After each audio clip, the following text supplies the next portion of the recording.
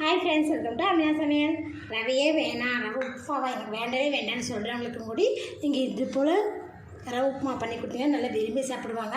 Carrot பட்டாணி எல்லாம் சேர்த்துறேன். ஒரு அருமையான ரவை உப்புமா எப்படி செய்யலாம்னு வாங்க ஃப்ரெண்ட்ஸ் வீடியோவில் போய் பார்க்கலாம்.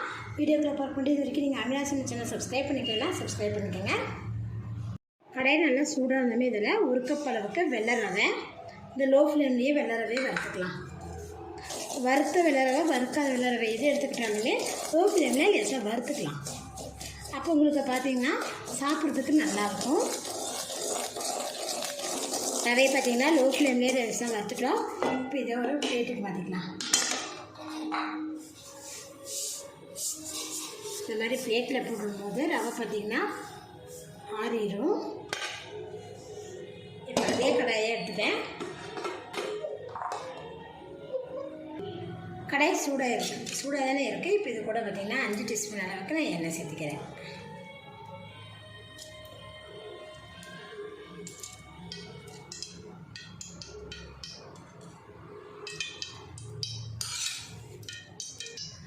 எண்ணெய் நல்லா சூடாகிடுச்சு. இப்போ இது கூட பார்த்திங்கன்னா கடுகு, உளுந்தம்பருப்பு, கடலைப்பருப்பு இது எல்லாமே ஒரு டீஸ்பூன் எடுத்துருக்கேன்.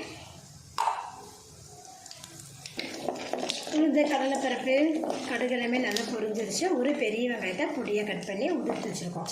அதே சேர்த்துக்கலாம். வெங்காயம் பார்த்திங்கன்னா ரொம்ப வதங்கணும்னு அவசியம் இல்லை. கண்ணாடி பழ அளவுக்கு வதங்கினா போதும். ரொம்ப வதங்கிடுச்சுன்னா நமக்கு பார்த்திங்கன்னா கலர் சேஞ்ச் ஆகிடும்.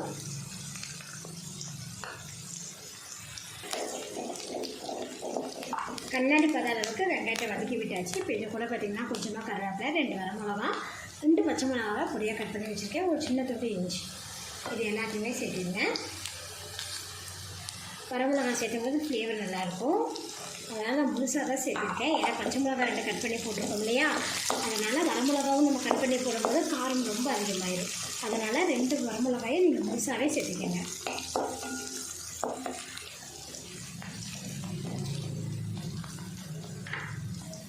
பச்சை மிளகா, கருவேப்பிலை, இஞ்சியில் நல்லா வதங்கிடுச்சு. இப்போ இது கூட 1/2 கப் அளவுக்கு ஃப்ரெஷ்ஷான பச்சை பட்டாணி, கூடவே 1/2 கப் அளவுக்கு பொடியாக கட் பண்ணி வச்சுருக்கிற கேரட்,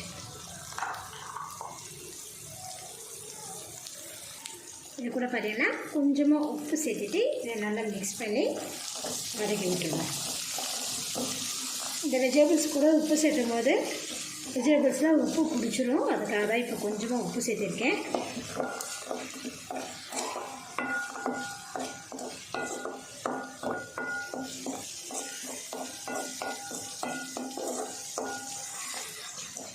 நல்லா வதங்கிட்டு இருக்கும்போது இது கூட பார்த்திங்கன்னா 1/4 டீஸ்பூன் அளவுக்கு மஞ்சள் சேர்த்துக்கலாம்.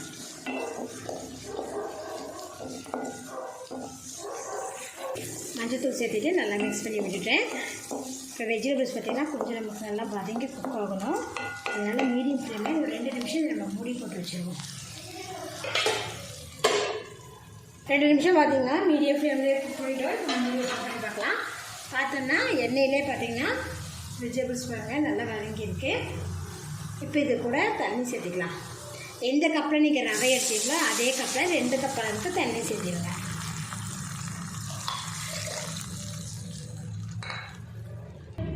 இப்போ தேவையான அளவுக்கு உப்பு சேர்த்துட்டு ஃப்ளேம் வந்து ஹை ஃப்ளேமில் இருக்கட்டும்.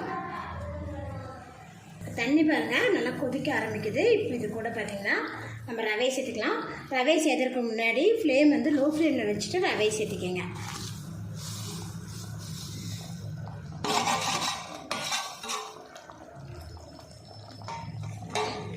கட்டி இல்லாமல் இது நல்லா கலந்து விட்டுடலாம். கட்டி இல்லாமல் நல்லா கலந்து விட்டுட்டேன்.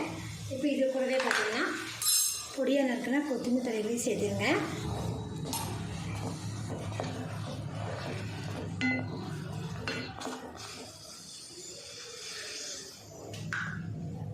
லோ ஃப்ளேம்லேயே இது ஒரு 5 நிமிஷம் மூடி போட்டு வச்சுருக்கேன். 5 நிமிஷம் பார்த்திங்கன்னா லோ ஃப்ளேம்லேயே மூடி வச்சுட்டேன். மூடி ஓப்பன் பண்ணி பார்ப்போம். பார்த்தோம்னா வெஜிடபிள்ஸ் உப்புமா பாருங்கள் நல்லா சூப்பராக ரெடி ஆயிடுச்சு.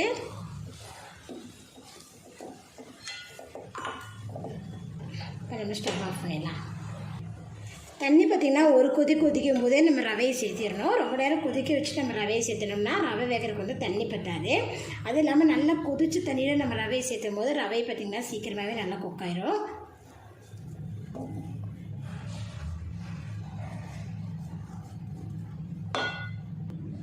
நம்மளோட டேஸ்டான வெஜிடபிள் உப்புமா பார்த்திங்கன்னா ரெடி ஆகிடுச்சு பாருங்கள் ஃப்ரெண்ட்ஸ்.